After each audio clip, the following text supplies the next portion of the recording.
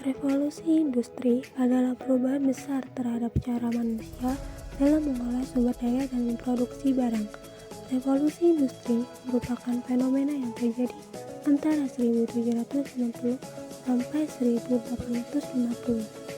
Saat itu terjadi perubahan secara besar-besaran di bidang pertanian, manufaktur, pertambangan, transportasi, dan teknologi. Perubahan tersebut ikut berdampak pada kondisi sosial, ekonomi, dan budaya di dunia.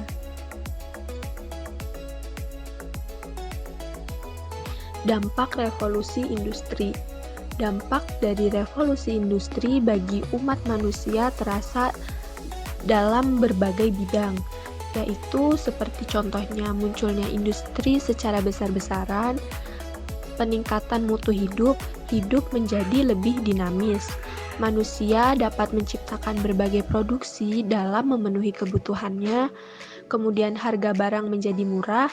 Kenapa bisa murah? Karena ongkos produksi helai baju yang diproduksi dengan mesin dibandingkan produksi dengan alat-alat tradisional. Kemudian meningkatnya urbanisasi ke kota-kota industri, berkembangnya kapitalis modern, golongan kapitalis mendesak pemerintah untuk menjalankan imperialisme modern. Dampak negatif revolusi industri khususnya di Inggris adalah upah buruh yang murah menyebabkan timbulnya keresahan yang berakibat pada munculnya kriminalitas dan kejahatan.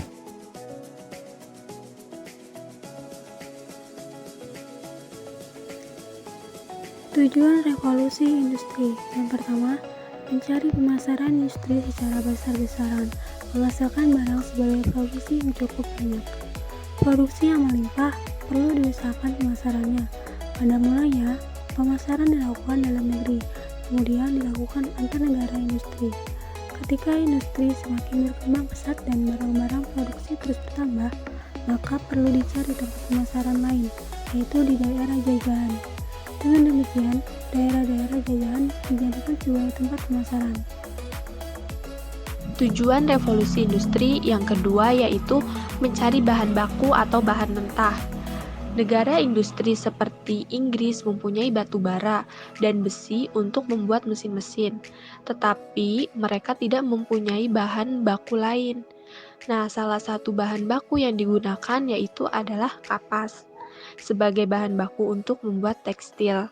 Karena itu, untuk mendapatkan bahan baku tersebut, mereka perlu mencari tempat lain, terutama di daerah-daerah koloninya, yang diambil hasil berupa bahan baku sebanyak-banyaknya. Tujuan revolusi industri yang ketiga, tenaga yang murah dengan digunakan mesin-mesin. Penggunaan tenaga manusia makin berkurang. Banyak barang yang dahulu dikerjakan oleh tukang yang ahli, kini cukup dikerjakan oleh sembarang orang, bahkan anak-anak. Barang-barang sudah dibuat oleh mesin, sedangkan tenaga manusia dipakai untuk menjalankan mesin. Akibatnya, tenaga buruh menjadi murah. Tenaga murah ini tidak hanya berlaku di dalam negeri Inggris sendiri, tetapi juga daerah koloni Inggris, meliputi Asia dan Afrika. Yang pertama, revolusi industri 1.0. Pada tahun 1760 sampai dengan 1840 terjadi di Inggris Raya.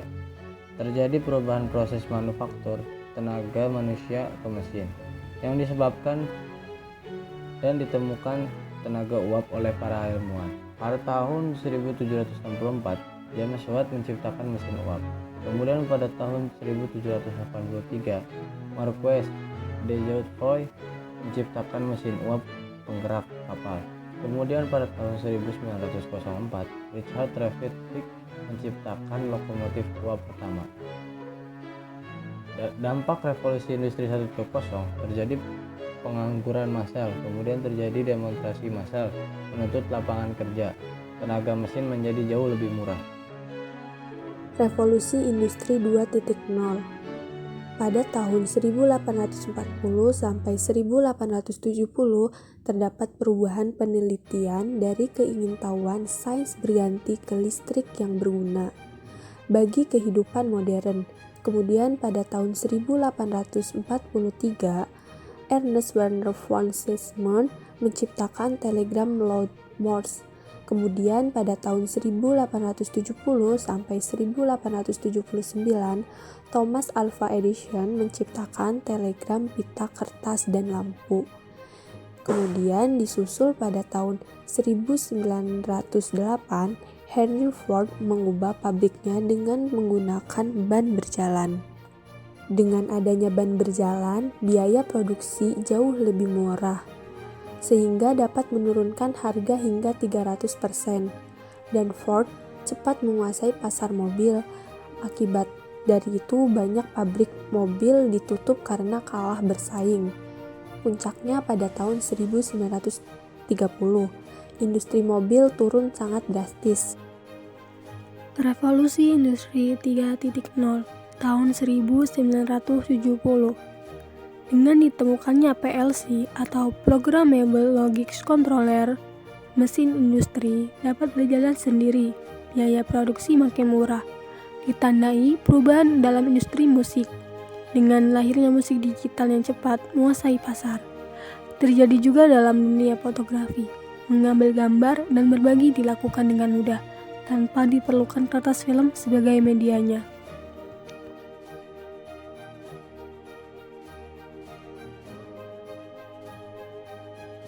Yang keempat, revolusi industri 4.0 dimulai pada tahun 2000 menggunakan mesin-mesin yang menggunakan operator diganti menjadi mesin-mesin fully automatic, sehingga hanya sedikit yang memerlukan tenaga manusia, seperti penjaga pintu, parkir misalnya. Dengan adanya e-parking, semua lebih mudah.